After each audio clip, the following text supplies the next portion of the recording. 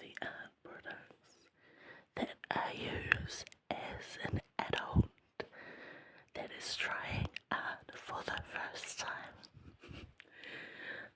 I'm not an expert, I'm not a professional, I'm just a baby, but I'm having a lot of fun. So let's start with this brush. It's brand new. I haven't used this brush yet.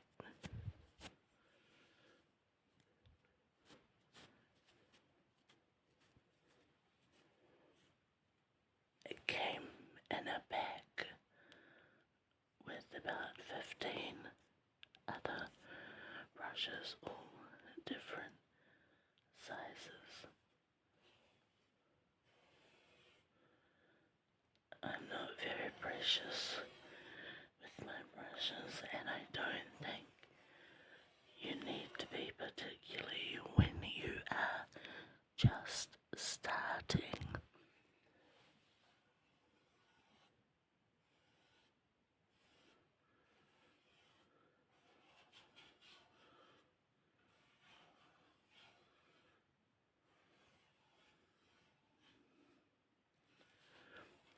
I would use this for my acrylics. I would even use it for my watercolor paints.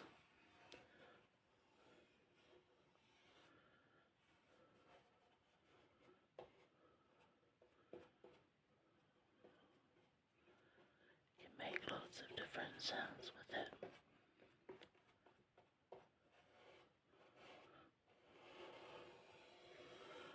This paper that I'm brushing on is watercolor paper. It is good for using obviously with watercolors, but also I've run out of acrylic paper, so I'm going to try paint with acrylics on this paper.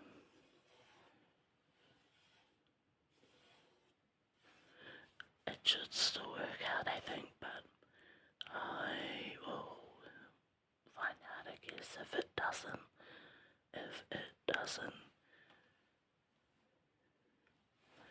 If you have any other kinds of papers, you could use that as well. But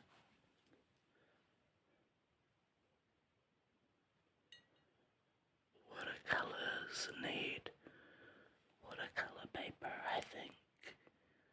Otherwise the watercolors will rip your paper. It'll really weaken your paper. This is a pasta sauce jar.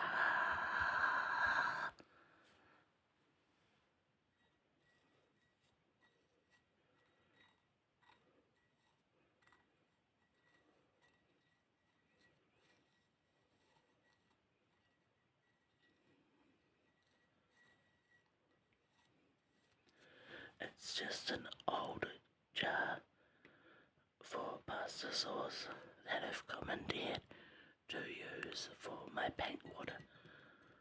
So the water goes in here. You can see that there's also paint left behind, but it's fine. You don't need a special paint water jar. And I just use this to wash my brushes when I'm changing colour.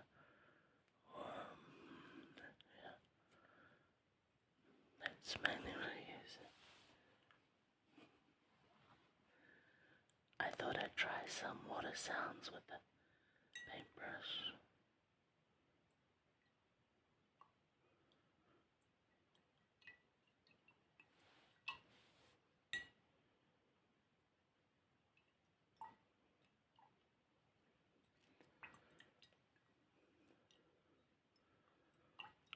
slight little water sounds.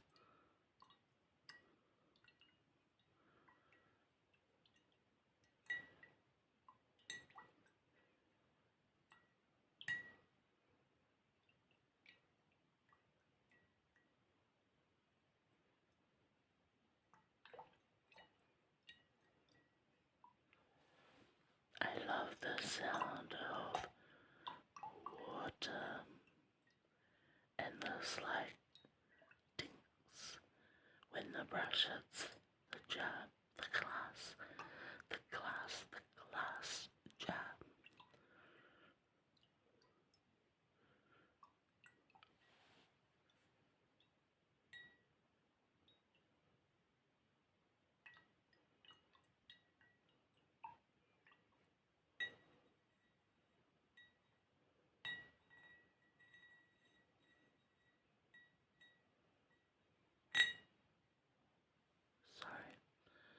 Sorry about that.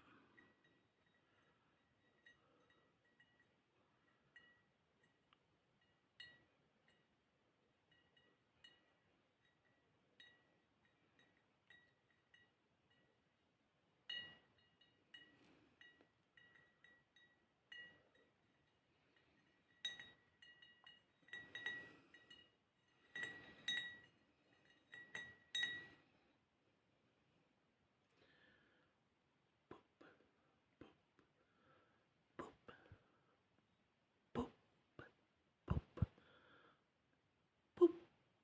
boop, boop, boop.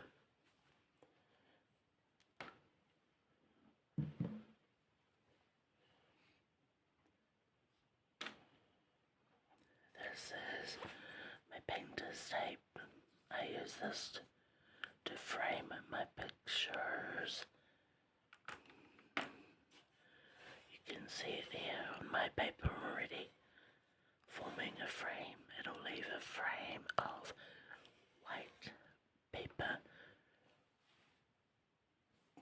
white unpainted paper, white unpainted paper, unpainted paper, unpainted paper.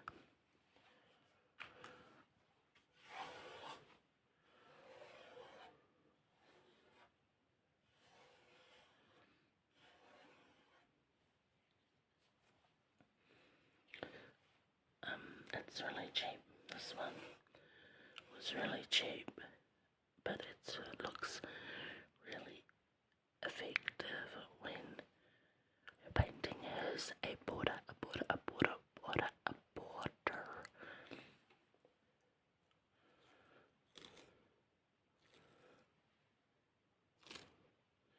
And I kind of like this sound.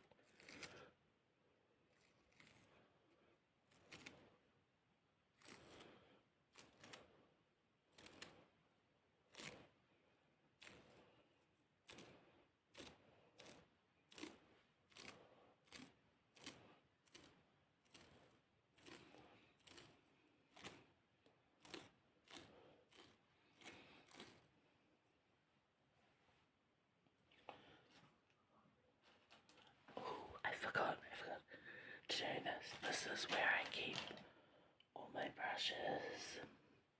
Well, most of my brushes.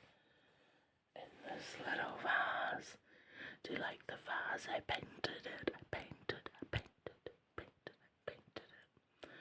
Yeah, but it just got the paintbrushes.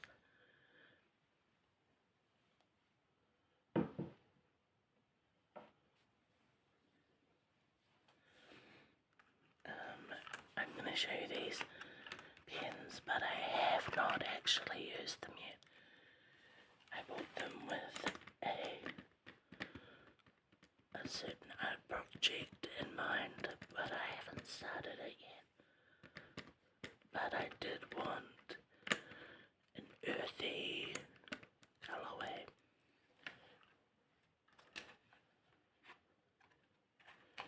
We've got red, maroon, green, mustard, peach, and brown.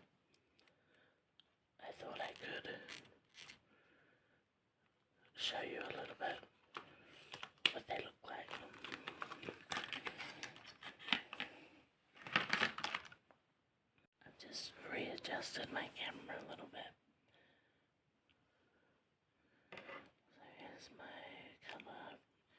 using the brown.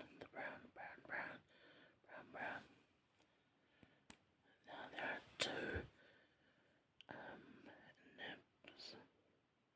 Is that what they're called? Is that what this is? Is that a nib? Is that a nib? There are two nibs. I can't remember what it's called. And one of them is like a brush. Okay, so it doesn't really have a name. Like, yeah, I guess it's the normal nib. And I'm doing this right-handed, so it just says how I don't want to draw on that paper though. Let's draw on this paper here.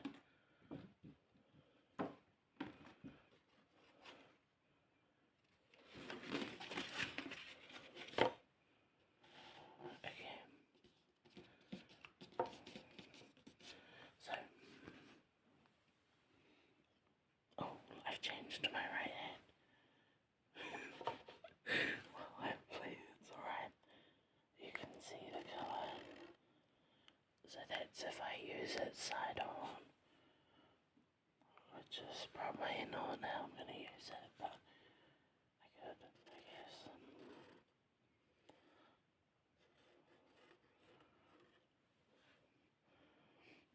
There you go. Works.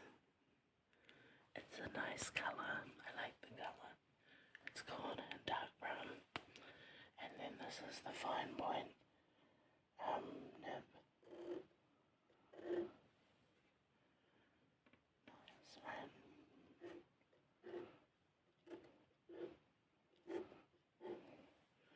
I'm interested to see what my artwork with those will look like.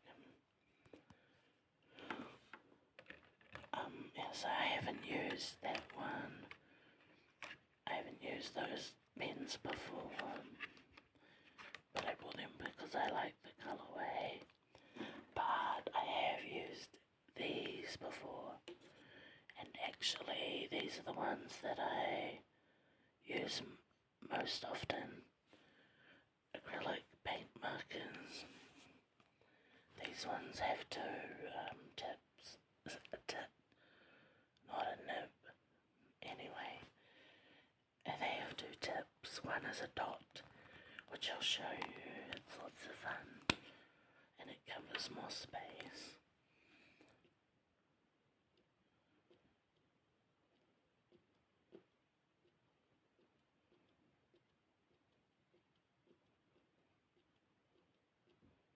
That's the dotting tool. You can also just draw with it if you want. That's the end I use if I want to cover more ground. And then this is the fine point. Now I think there's a little bit of a colour difference between the two.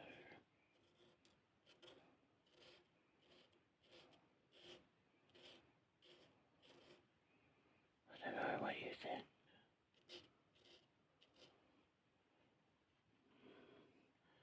They don't look too dissimilar.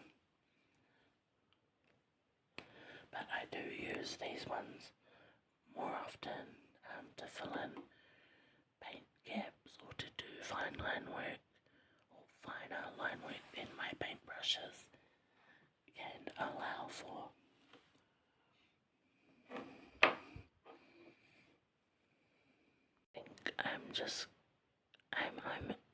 I think I'm just going to finish up by showing you this.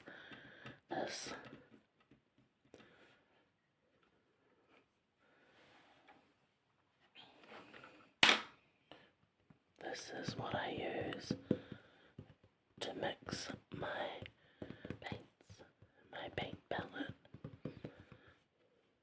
It has a hole, so I can put my thumb through there and hold on to it when I'm painting. It's easy to clean off.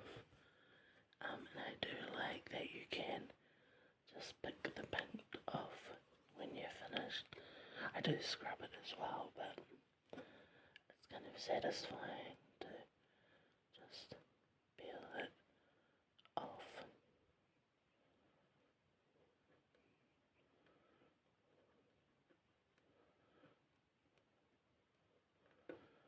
I wonder if I can do it all.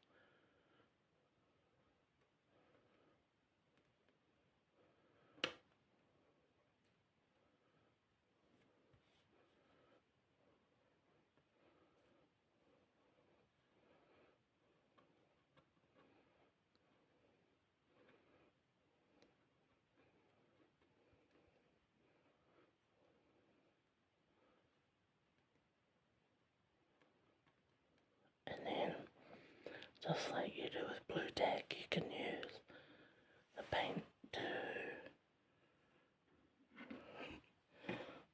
you can use the paint to rub off the paint that's on there. So let's try and do that.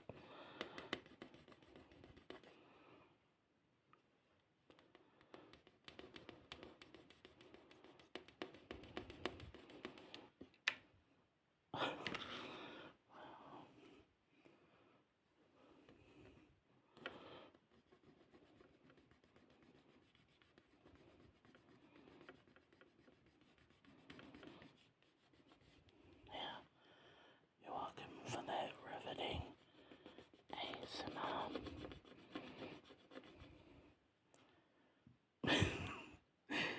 Yeah, but anyway, this thing was cheap, and it's really helpful, but if you didn't have those, you could also use a plate, a plate,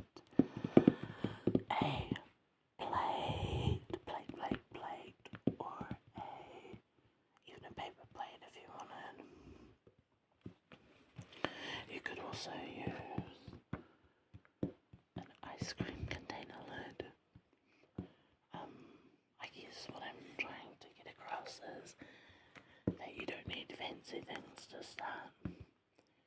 You can start just with what you have, even if it's just coloured pencils, even if it's just a few felts. I mean, to be fair, I wanted to buy more than just a felt. Yeah, but you don't need to. You can start with just a few colours of paint as well. When I started, I only had 3 colours of paint. Oh no, sorry, 4. A red, a white, a blue, and a yellow. I've added a few more colours, but I'm still mixed to get the majority of my colours. And that's probably all. That's probably all.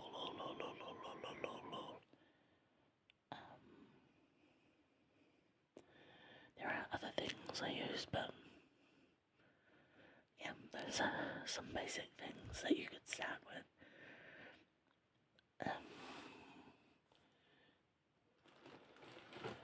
These are the paints that I use. But again, if you don't have these are what I found in New Zealand. But honestly, just the cheapest brand that you can get at any art store. Oh, not an art store, like a discount kind of a store.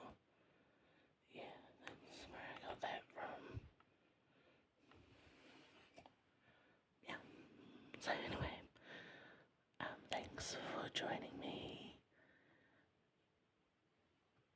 Thank you. Like and subscribe. It'd be good to see, to get to know more of you. Thank you for watching Eyes Off Me